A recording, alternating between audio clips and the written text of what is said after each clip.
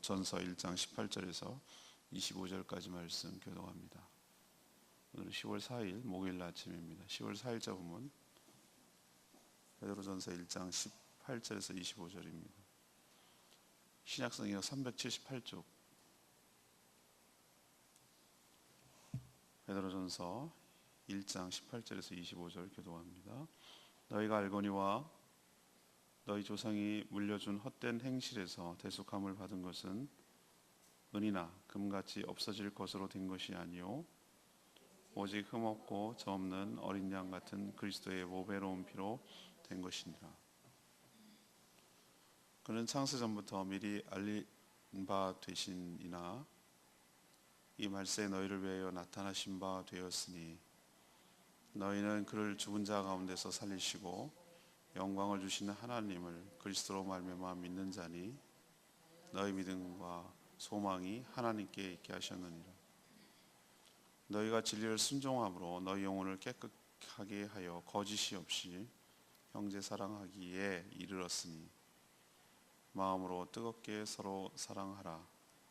너희가 거듭난 것은 썩어질 씨로 된 것이 아니요 썩지 아니할 씨로 된 것이니 살아있고 항상 있는 하나님의 말씀으로 되었느니라. 그러므로 모든 육체는 풀과 같고 그 모든 영광은 풀의 꽃과 같으니 풀은 마르고 꽃은 떨어지되 오직 주의 말씀은 세세토록 있도다 하였으니 너희에게 전한 복음이 곧 이 말씀이라.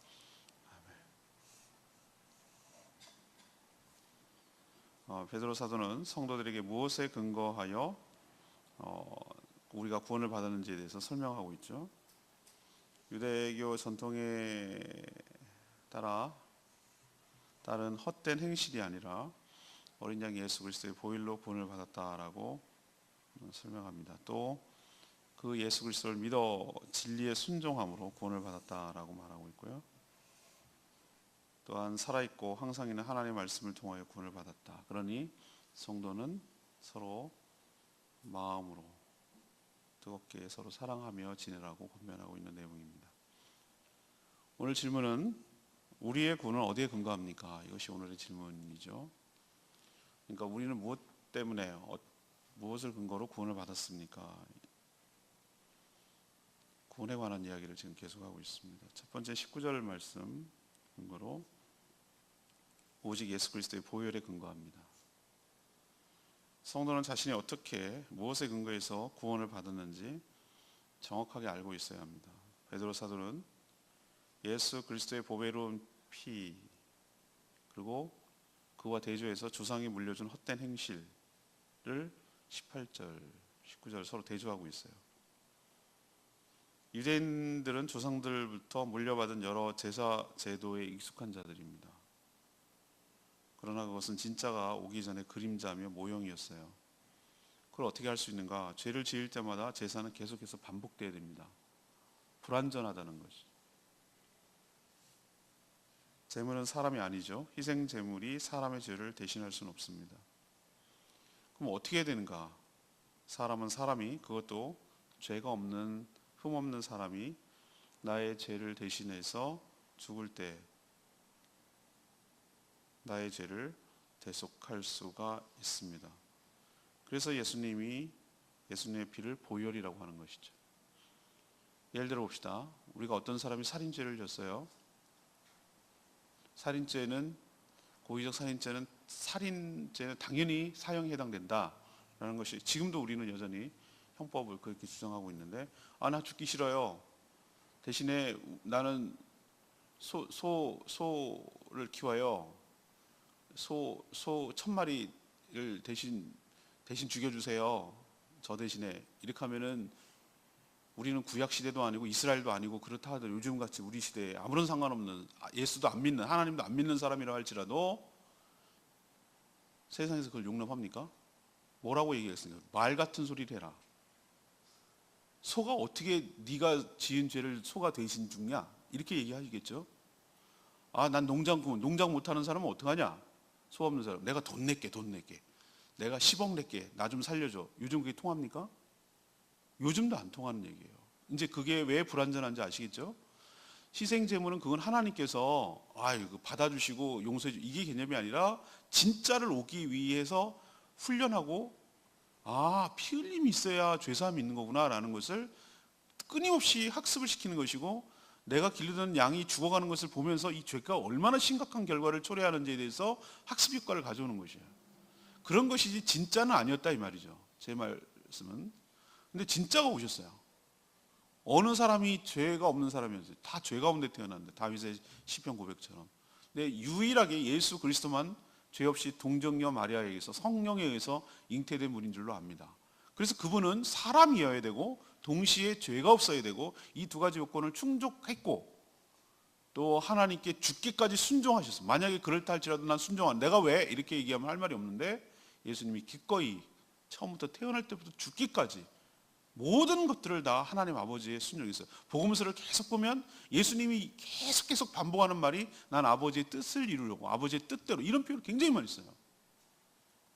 철저하게 불순종하는 우리를 대신해서 철저하게 순종함으로, 죽기까지 순종함으로 우리 죄값을 치러줄 수 있는 자격이 되고 그 효력이 우리에게 그대로 미치게 될 줄로 믿습니다.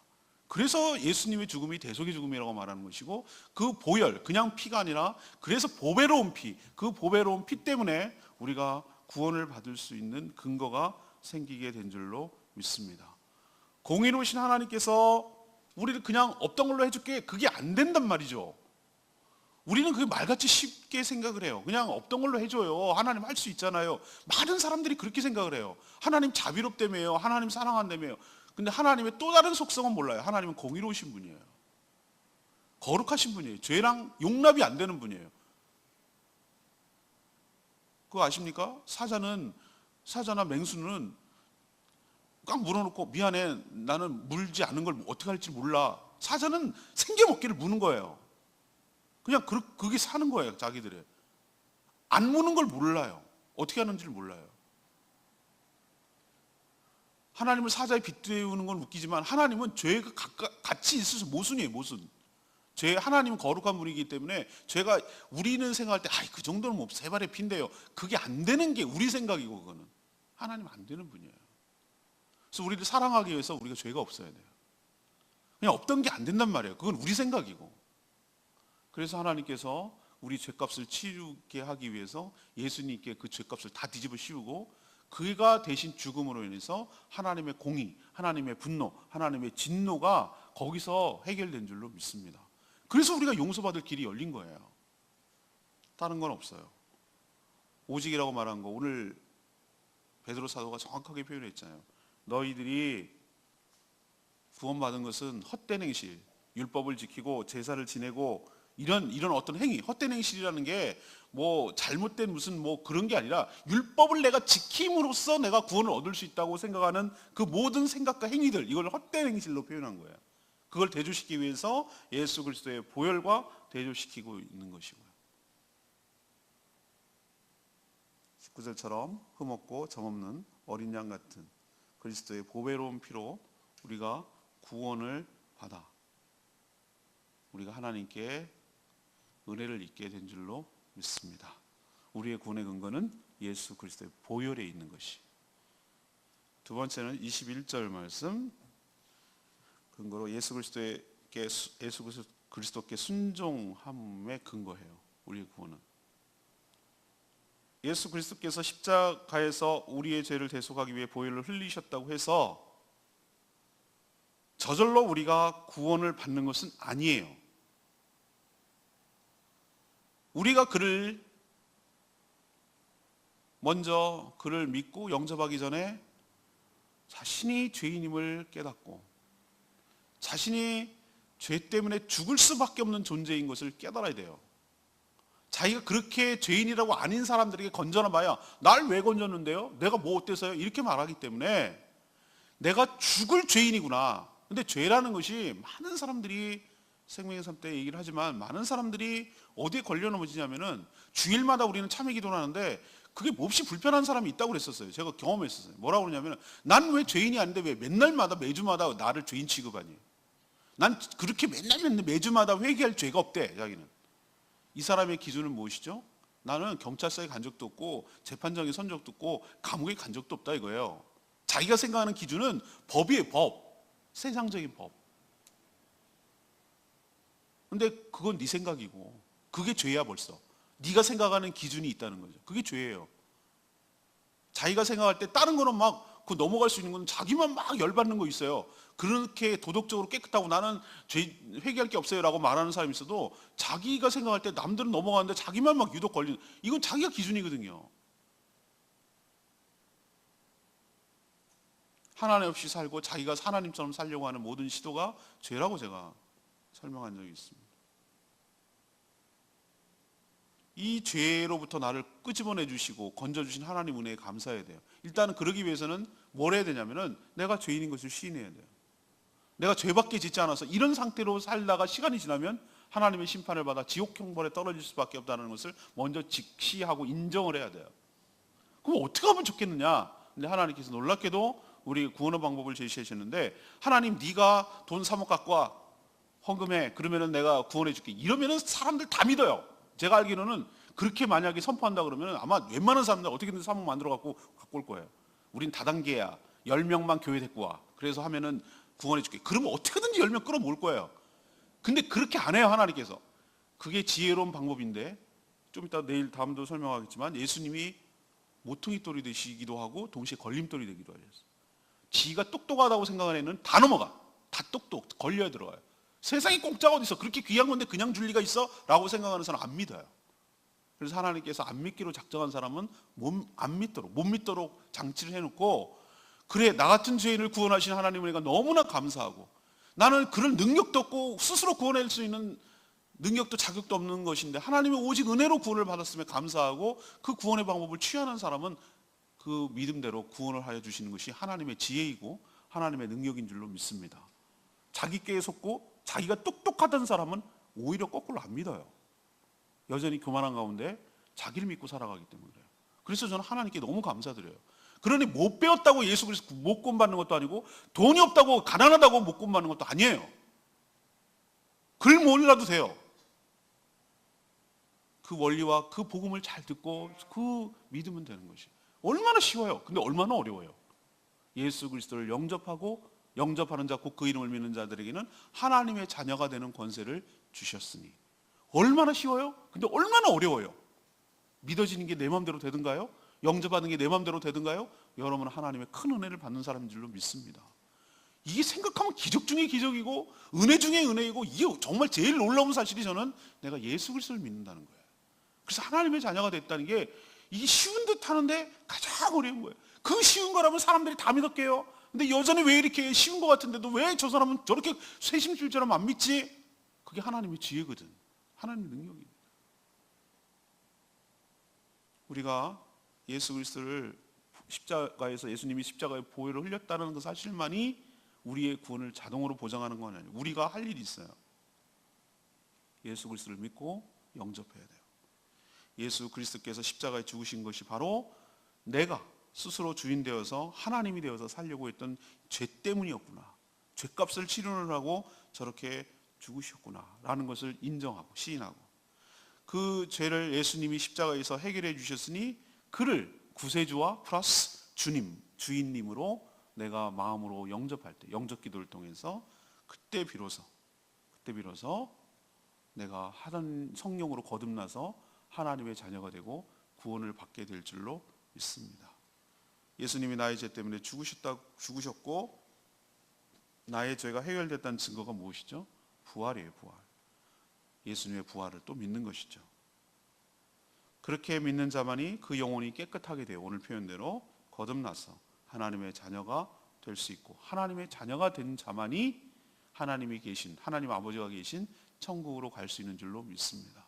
우리가 천국에 갈 수 있는 유일한 길은, 이유는 우리가 하나님의 자녀이기 때문에 그렇습니다. 자녀는 자기 아버지 집으로 가는 것이에요. 우리가 뭘 해서 가는 게 아니에요. 못나고 잘나고 뭘 똑똑하고 공부도 못하고 그래도 자녀는 자녀예요. 우리 집으로 들어올 자격이 있어요. 자녀들은 그런 권리가 있어요. 부모 집에 들어올 권리가 있어요. 우리가 하나님 앞에 자녀가 됐기 때문에 하나님이 계신 품으로 들어가는 것이지, 우리가 뭘 했기 때문에 그런 것 아닌 거 여러분 기억하시기를 바랍니다. 그래서 예수님이 길이요 진리요 생명이라고 말했어요. 지금 방금 다 얘기한 것이 공통점이 뭡니까? 하나님이 제시한 구원의 방법을 우리가 믿음으로 순종해야 되는 거예요. 전부 다 믿음으로, 믿는다는 게 뭘로 나타나는 겁니까? 순종으로 나타나는 거예요. 예수님을 영접해야 된다 그러면 하나님이 제시했잖아요. 이거를 그 말씀을 믿고 그 말씀에 순종하는, 그래서 믿고 영접하는 것이죠. 예수 그리스도의 죽음과 부활이 너희 때문에 그런 거야 라고 하나님이 얘기하시죠. 그 말을 믿고 순종하는 거죠. 그 부활이 너의 부활이야 라고 하면 믿고 순종하는 것이죠. 전부 다 믿음은 뭐 어떤 형태로 나타나냐면은 그 진리인 예수 그리스도의 진리고 말씀이 진리인데 그 진리에 순종하는 형태로 나타나는 거예요. 영접, 그를 믿는 것이 하나님의 구원 방법이자 우리의 근거인 줄로 믿습니다. 그렇게 제시했으면 믿음으로 순종할 때 우리가 구원받기 때문에 두 번째 우리의 구원의 근거는 믿음으로 순종하는 데 있다는 거예요. 세 번째는 25절 말씀 근거로 하나님의 말씀 곧 복음에 근거한다는 거예요. 성도가 거듭날 수 있었던 것은 살아있고 항상 있는 하나님의 말씀으로 된 것이라고 오늘 사도 베드로가 설명해요. 하나님의 말씀이라는 게 뭐죠? 곧 좁혀서 말하면 하나님의 약속, 다시 말해서 하나님의 언약을 말하는 거예요.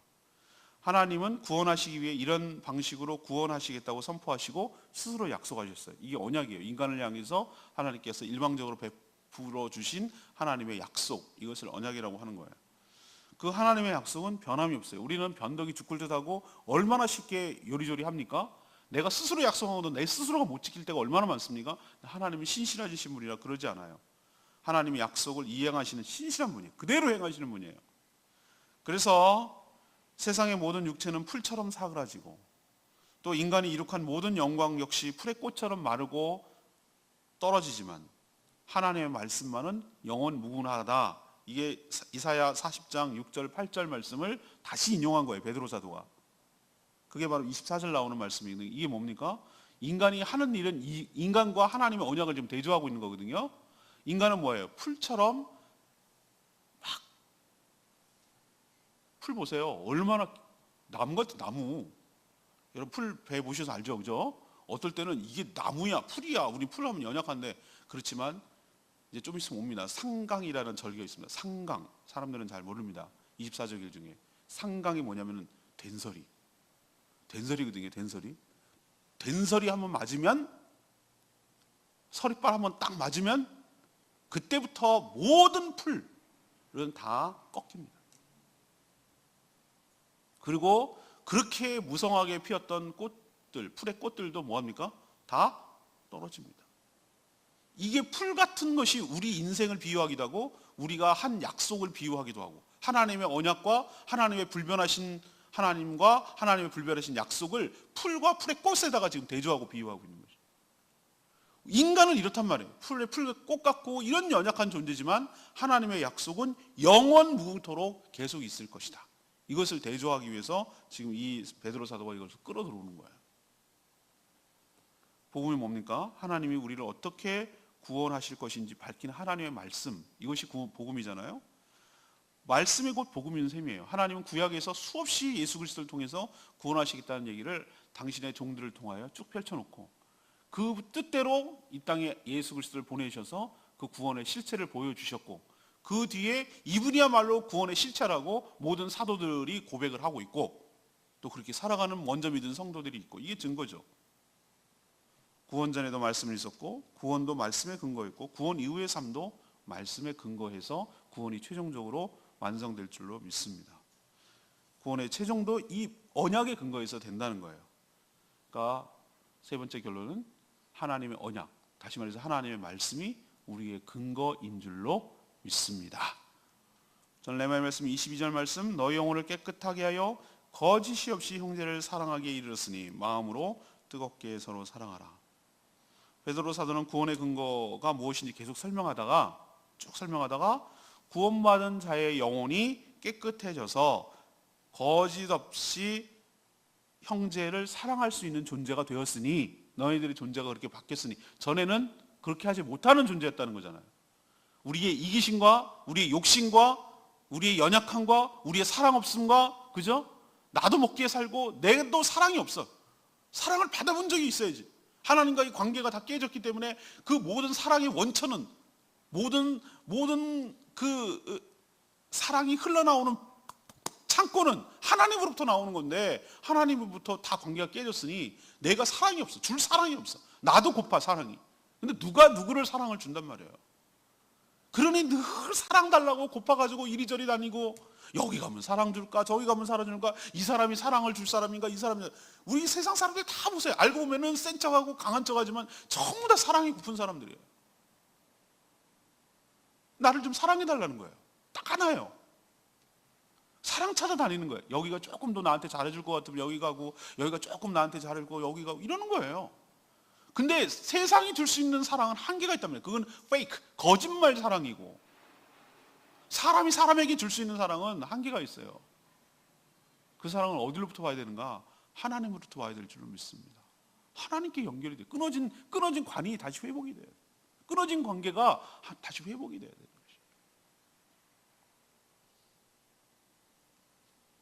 우리는 사랑할 수 없는 존재였어요. 저도 알아요. 얼마나 제가 이기적이고 자기중심적이고 자기밖에 모르는지. 지금도 많이 벗어나려고 했는데도 여전히 많이 남아있는 거 제 스스로를 냉정하게 생각하면 저를 이렇게 보잖아요. 저 자신을 깊이 한번 들여다보잖아요. 많이 좋아졌다고 하면서도 여전히 저는 미숙해요. 제가 생각할 때.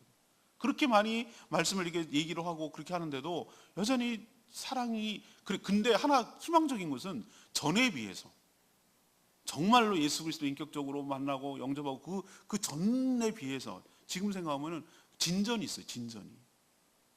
진전이 있어요. 그거 보고 저는 희망을 갖기로 했어요. 하나님이 나를 다루시는구나. 정말 사랑 없는 사람을 하나님께서 사랑 있는 사람으로 바꿔가시는구나. 이런 생각 때문에 희망을 거는 거예요. 제 자신에게 희망을 거는 게 아니라 하나님께 희망을 거는 거예요. 하나님이 주신 사랑을 하나님 더 주십시오. 제가 욕심을 차리려고 내가 하나님 더 이게 아니라 하나님 저에게 충분한 사랑을 주시고 그 다음 없는 사랑을 주시고 하나님의 사랑을 의심하지 않게 해주시고 그 하나님의 사랑에 충만히 적게 하여 주시기를 원합니다. 제가 소원하는 게 그거거든요. 그래서 하나님 그 사랑을 나에게 움켜쥐는 것이 아니라 하나님께 받은 사랑을 충분히 주변에 하나님 저에게 맡기신 양떼들에게 목양하는 양떼들에게 충분히 그 사랑이 흘러나가게 하여 주시기를 원합니다. 저의 사랑을 필요로 하는 자들에게 충분히 하나님의 사랑을 흘려보내기를 원합니다. 그게 소원이고 기도예요. 마음에 여유가 없고 내가 살기 급급하고 그러면은 남을 돌아볼 여유가 없어요. 근데 하나님께서 충분히 그 사랑을 부어주시고 충분히 마음이 편안하고 안정감을 누리고 그 평안함을 누리게 될 때 나를 포함해서 주변을 돌아보게 돼요. 관심을 갖게 되고 저 사람을 어떻게 도울까? 저 사람을 어떻게 챙겨줄까? 저 사람을 위해서 어떻게 기도할까? 이게 보이기 시작하는 거예요. 그럴 때 비로소 남을 사랑할 수 있는 것이지 내가 당신 사랑해 뭐 말로만 그런 게 아니라니까. 사랑은 은근하면서도 관심부터 시작하는 것이고 챙겨주고 싶고 마음을 다가고 싶고 뭐라도 이렇게 관심을 갖는 게 그게 사랑의 시작이에요. 그리고 그 지경이 점점 넓어가는 게 사랑인 것 같고 제가 깨달은 바에 의하면 오늘 여러분 여기 말씀이 저는 은혜가 됐어요. 그래서 제가 레마의 말씀을 하겠죠. 우리는 전에는 사랑할 줄 몰랐어요. 남을 사랑하는 게 어떻게 하는 건지 몰라. 그냥 사랑이라고 표현해놓고 자기 이기심을 채우기 위한 것이었어. 그러니까 거짓이 없는 것이 아니라 거짓이 있는 사랑이었어. 나의 유익을 위해서 나에게 뭔가 챙길 게 있으니까 사랑하는 척하는 거예요. 그런데 진짜 복음을 듣고 나서 하나님은 나한테 그렇게 안 대하거든. 사랑하는 척하면서 그냥 나를 얼르고 달리고 홀리고 막 이런 게 아니거든. 하나님이 정말로 나를 사랑하시거든. 다음없이 사랑해 주시거든. 진실로 사랑해 주시거든. 나를 갖다 속이고 막 이렇게 나를 갖고 놀고 이렇게 사랑하시는 분이 아니라 진심으로 나를 사랑해 주신다는 것을 내가 깨닫고 났을 때 그 사랑이 처음에는 이용하려고 하나님의 사랑을 이용하려고 그랬는데 그 이용하려는 그것까지도 하나님께서 수용해 버리시고 나를 사랑해 주시는 걸 깨닫고 나니 그 사랑에 내가 녹아난 거죠. 녹아버린 거예요. 그리고 이제 의심을 안 하는 거죠. 그리고 그 사랑을 받게 되니 비로소 눈이 떠져서 나도 그러면 하나님처럼 남도 사랑하고 싶은 마음이 비로소 생겨나는 거죠. 그래서 오늘 이 말씀이 참 은혜로워요. 너희들 영혼을 깨끗하게 해주셨어요. 그 아까 말했던 세 가지 그 구원의 근거로. 그래서 너희들이 형제를 거짓이 없이 사랑하기에 이르렀다는 거예요. 지금 이제 사랑할 수 있을 때가 그만큼 됐다는 거예요. 그러니 너희들은 어떻게 하라고? 마음으로 뭐 하라고? 뜨겁게 서로 사랑하라고. 하나님께서 우리에게 요구하시는 거 되게 많을 것 같아요. 내가 너 건져놨다, 내가 너 살렸다. 그렇게 했으면은 뭐 이것저것 많이 요구하실 것 같잖아요, 그죠?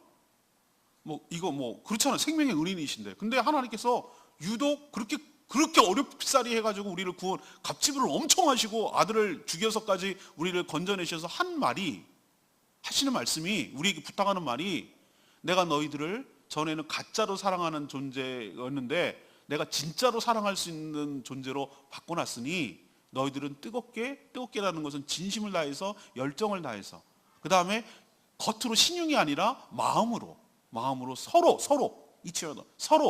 성도들끼리 서로 뭐 하라고요? 사랑하라고. 이걸 부탁하는 거예요. 부모가 되니 부모 심정을 조금씩 헤아리기 시작하죠. 부모가 가장 행복할 때가 언젠가 보니까 낳은 자녀들이 서로 우애 있게 화목하게 잘 어울려서 그렇게 행복하게 살아가는 모습을 보는 것이 그렇게 행복할 수가 없는 거예요. 그렇더라고. 다행히 우리 아이들은 2명밖에 없긴 하지만, 그 남자고 또 여자고 또 그게 얼마나 달라요. 또 생긴 것도 다르고 성격도 서로 다르고. 그런데 부모로서 하나 감사한 건 둘이 남매가 정말 서로 우애가 있는 거예요. 그렇게 서로 싸우는 경우도 거의 없고, 그렇게 잘 지내는 모습이 부모로서, 걔들은 부모한테 기쁨을 주려고 그런 건 아니었을 거예요. 그렇지만 그런 것을 통해서 큰 기쁨을 주는 거예요. 저희 어머니가 저는 제 동생 나이 차이도 많이 나고 그래서 싸운 적이 거의 없어요. 싸울 일도 없고. 근데 제 동생하고 한번 싸운 적이 있거든요. 잘할 때. 그랬더니 어머니 막 나라를 이루셨나 막 대성통곡을 하시는데 내가 얼마나 민망했는지, 내가 이거 이렇게 하면 안 되겠구나. 이건 진짜 어머니 눈에 눈물을 내는 거구나 라고 그때 깊이 생각을 했어요. 이렇게 하면 안 되겠구나. 이건 엄마 마음을 굉장히 아프게 하는 거구나 라는 것을 그때 깨달았다는 거예요. 사랑하는 여러분, 하나님께서 이렇게 구원해 놓으셨고 우리에게 부탁하시는 게 뭡니까? 너희들 거짓으로 사랑하지 말고 뜨겁게 마음을 다해서 진심으로 서로 사랑하라고. 내가 너희를 사랑한 것처럼, 내가 너희를 조건 없이 이렇게 뜨겁게, 가짜가 아니라 진짜로 마음을 다해서 너희들을 사랑해서 구원까지 했으니 너희들은 서로 뭐 하라고? 진심으로 사랑하고 살라고. 이것이 마치 꼭 유언같이 우리들에게 부탁하고 있는 하나님의 말씀인 줄로 믿습니다. 오늘 질문이 뭐였습니까? 우리가 어떤 근거로 구원을 받았습니까? 첫 번째는 예수 그리스도의 보혈. 그 예수 그리스도의 보혈이 우리를 구원했어요. 두 번째는 그냥 저절로? 아니요. 그 예수 그리스도의 복음, 들려주신 그 보혈, 하나님의 구원의 방법을 믿고 순종함으로, 영접함으로, 믿음으로 구원 얻었어요. 세 번째는 뭐죠? 하나님의 말씀, 우리에게 들려주신 언약, 복음의 근거에서 우리가 구원을 받은 줄로 믿습니다. 우리가 무엇으로 구원받은지 잊지 않아야 우리가 구원받은 자답게 살 수가 있는 줄로 압니다. 오늘 말씀 붙들고 기도하기 전에 569장입니다. 찬양지 569장 부르고 기도하겠습니다.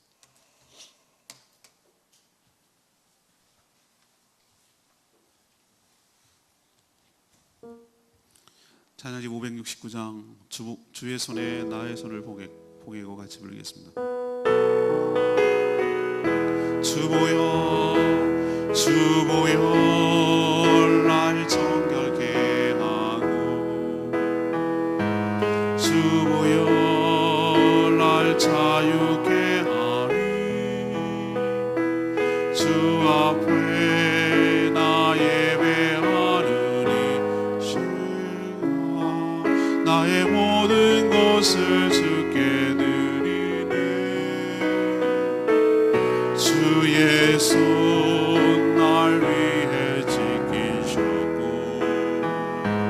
주의 왈 날 위해 맡기셨으니 이제는 내가 사는 것이 오직 주를 위해 사는 것이라.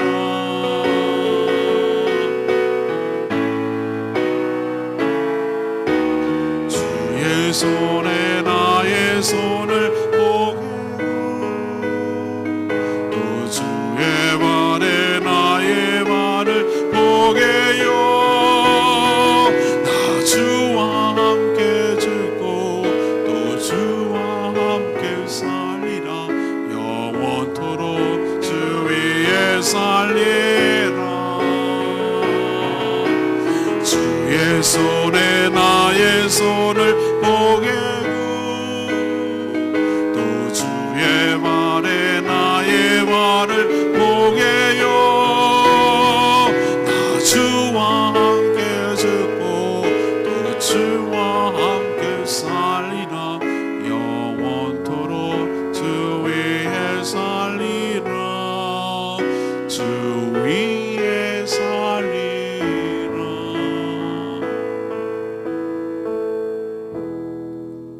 예수님, 하나님의 아들 예수 그리스도를 보내시고 십자가에 죽으시고 그 보혈을 흘린 것이 우리를 구원하기 위한 것임을 깨닫습니다. 우리를 얼마나 사랑하느냐고 자기 아들을 아낌없이 내어주고 죽이기까지 우리를 살려주시고 사랑하시는 거예요. 하나님은 죽는데 무슨 거짓이 있겠어요? 가짜로 어떻게 죽겠어요? 그렇다면 우리도 전에는 사랑할 수 없는 자가 되었는데 이제는 사랑할 수 있는 존재가 되었으니 형제를 마음으로 뜨겁게 사랑하는 하나님의 말씀을 받아들여야 되지 않겠습니까? 우리가 구원을 어떻게 받았는지를 생각하고 구원받은 자답게 살아가는 저희들 되게 해달라고 다 같이 주여 외치며 기도하겠습니다. 주여 아버지, 주여 날 정결케 하고 주여 날 자유케 하리.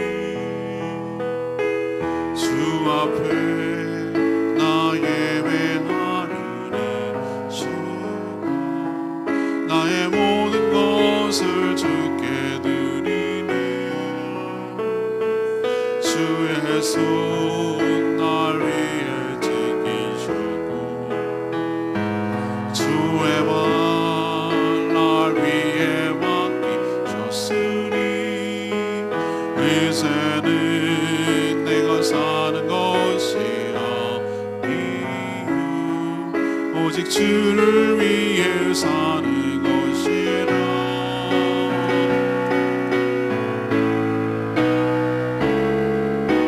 주의 손에 나의 손을 보게요, 또 주의 발에 나의 발을 보게요. 나 주와 함께 죽고 또 주와 함께 살리라. 영원토록 주 위에 살리라. 주 위에 살리라.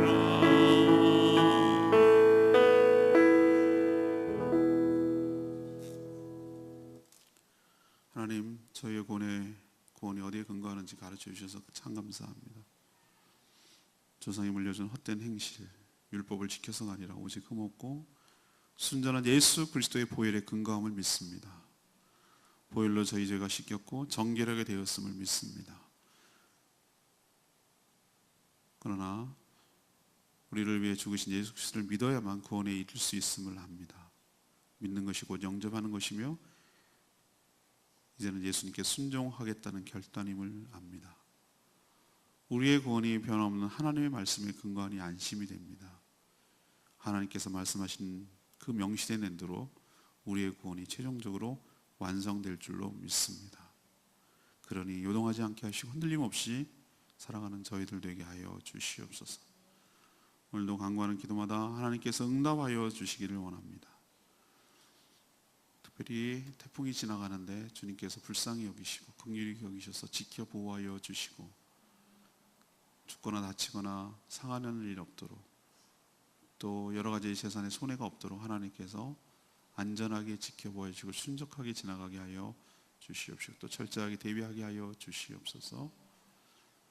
오늘도 하나님의 뜻에 부합하도록 주님을 기쁘시게 하는 삶을 살아가기를 소망하옵고 예수 그리스도의 이름으로 축복하며 기도합니다. 아멘. 오늘 하루도 주님의 은혜 가운데 살아가는 복된 하루 되기를 축복합니다. 예, 태풍 준비를 위해서 좀 같이 거들어 주시고 협력해 주셨으면 좋겠습니다. 예, 기도회 끝나고 좀 준비하겠습니다. 기도합니다.